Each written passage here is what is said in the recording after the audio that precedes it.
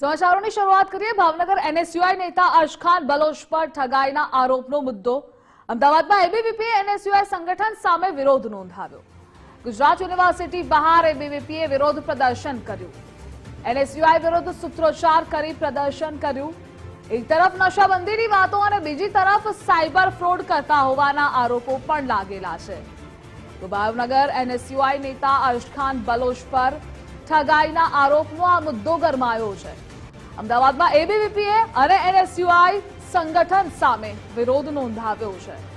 Gujarat university બહારના દ્રશ્યો જોઈ રહ્યા છો, જ્યાં એબીવીપીએ વિરોધ નોંધાવ્યો છે। સામે આવી ગયા હતા। એનએસયુઆઈ વિરુદ્ધ સૂત્રોચ્ચાર કરી રહ્યા છે અને આ પ્રદર્શન છે। એક તરફ નશાબંધીની વાતો થઈ રહી છે અને બીજી તરફ સાયબર ફ્રોડ કરતા હોવાના આરોપો પણ લાગેલા છે। અને આ મુદ્દે સંવાદદાતા અર્પિત જોડાયેલા છે। અર્પિત, એબીવીપી વિરોધ પ્રદર્શન કરી રહ્યું છે, માંગ શું, વિરોધ શા માટે? અખિલ ભારતીય વિદ્યાર્થી પરિષદના કાર્યકર્તાઓ થોડા સમય પહેલા વિરોધ નોંધાવવા પહોંચ્યા હતા અને વિરોધ નોંધાવ્યા પછી તેઓ પૂતળું સળગાવવાનો પ્રયાસ કરી રહ્યા હતા એનએસયુઆઈ અને નેતાઓનો। ત્યારે એ દરમિયાન પોલીસ અને વિદ્યાર્થી પરિષદના કાર્યકર્તાઓ વચ્ચે ઘર્ષણની પરિસ્થિતિ ઊભી થઈ। લગભગ 5 થી 7 મિનિટ જેટલો સમય થવા આવ્યો। મહા મહેનતે પોલીસે આખરે સફળતા મેળવી। જે વિરોધ કરી રહેલા આંદોલનકારી નેતાઓની અટક કરવામાં આવી છે અને હાલ એમને પોલીસ સ્ટેશને લઈ જવામાં આવી રહ્યા છે। આપ જોઈ રહ્યા છો લગભગ 40 જેટલા કાર્યકર્તાઓ હતા કે જો પહેલા ગુજરાત યુનિવર્સિટી નો મુખ્ય રસ્તો છે બીઆરટીએસ બસ સ્ટેન્ડ કવિ નર્મદના પુતળા પાસે તેઓએ સૂત્રોચ્ચાર કર્યો હતો અને એકાએક જ્યારે પૂતળું લાવીને તેમને પૂતળું સળગાવવાનો પ્રયાસ કર્યો હતો ત્યારે પોલીસે પરવાનગી ન હોવાના કારણે કાયદો વ્યવસ્થાની પરિસ્થિતિ જળવાઈ રહે એ માટે એમને પૂતળું છીનવવાનો પ્રયાસ કર્યો।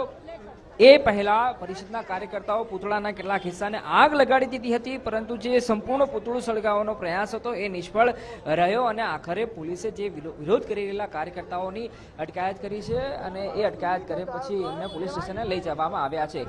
ભાવનગરના એનએસયુઆઈના નેતા દ્વારા જે સાયબર ફ્રોડ આચરવામાં આવ્યું હતું એને લઈને વિદ્યાર્થી પરિષદ દ્વારા આજે અમદાવાદમાં ગુજરાત યુનિવર્સિટી કેમ્પસની બહાર વિરોધ નોંધાવવામાં આવ્યો હતો અને એ દાવો વિદ્યાર્થી પરિષદ એ તર્ક રજૂ કરી રહ્યું છે કે એક તરફ જ્યાં એનએસયુઆઈ અથવા તો કોંગ્રેસ દ્વારા નશાબંધીની વાતો કરવામાં આવે છે, નશાબંધીના કેટલાક આરોપો પણ કેટલાક દિવસોમાં લગાવવામાં આવે છે અને રેલી યોજી રહ્યું છે કોંગ્રેસ, અને એ દરમિયાન આવા સમયે એનએસયુઆઈના નેતા દ્વારા મોટું સાયબર ફ્રોડ આચરવામાં આવ્યું અને એ કિસ્સામાં તેઓ સંડોવાયેલા છે। એટલે બેવડી નીતિ હોવાનો વિદ્યાર્થી પરિષદ દાવો કરી રહ્યું હતું અને એના માટે જ અહીંયા ગુજરાત યુનિવર્સિટી બહાર પહેલા તો વિરોધ નોંધાવ્યો।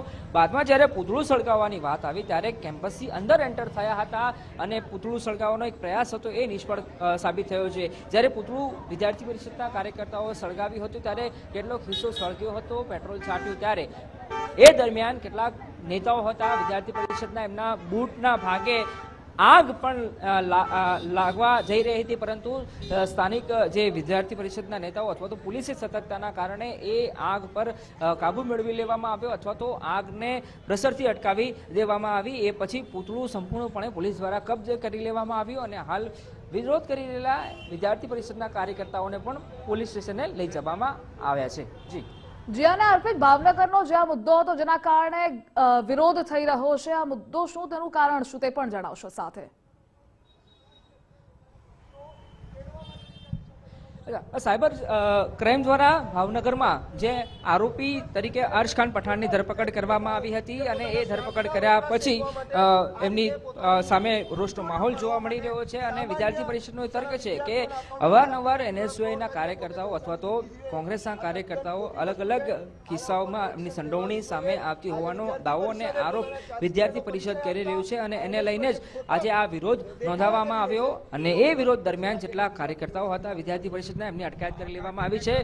આ જે વિરોધ નોંધાવવામાં આવ્યો, અમે જે ખોટી વસ્તુ થઈ રહી છે, જે પુતળા દહન કરી રહ્યા છે, રાવણનું પુતળું દરતું હતું એ જ રીતે આજે અમે અરસમાન ખાનનું પણ પુતળું બાળવા જઈ રહ્યા છે, છતાંય પોલીસ પ્રશાસન દ્વારા અમને રોકવામાં આવ્યા છે। અમે અમારો વિરોધ સતત ચાલુ રાખીશું, જ્યાં સુધી વિદ્યાર્થીઓને ન્યાય નહીં મળે ત્યાં સુધી અમારો વિરોધ ચાલુ રહેશે।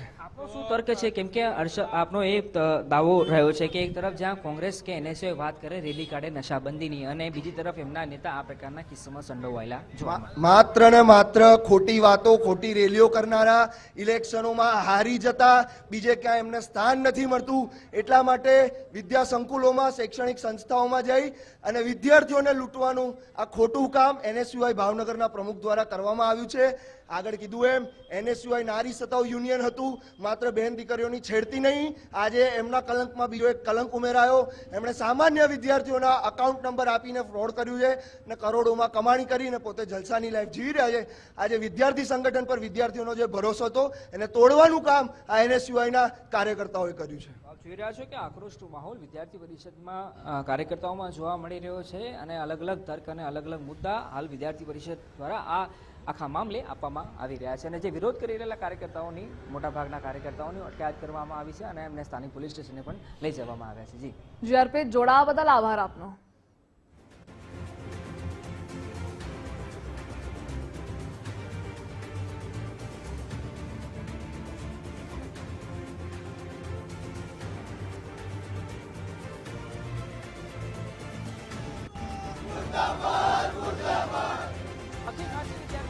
કાર્યકર્તાઓ એનએસયુના નેતા સામે વિરોધ નોંધાવી રહ્યા હતા. એ દરમિયાન વિદ્યાર્થી પરિષદના કાર્યકર્તાઓ પૂતળું સળગાવવાનો પ્રયાસ કરી રહ્યા છે. એ વચ્ચે વિદ્યાર્થી પરિષદના કાર્યકર્તાઓ અને પોલીસ સાથે ઘર્ષણની પરિસ્થિતિ ઊભી થઈ છે કેમ કે કોઈ પૂતળું અહીંયા સળગાવવાનો વિદ્યાર્થી પરિષદ દ્વારા પ્રયાસ કરવામાં આવી રહ્યો છે. અગાઉ સૂત્રોચ્ચાર સાથે તેમને વિરોધ કર્યો હતો.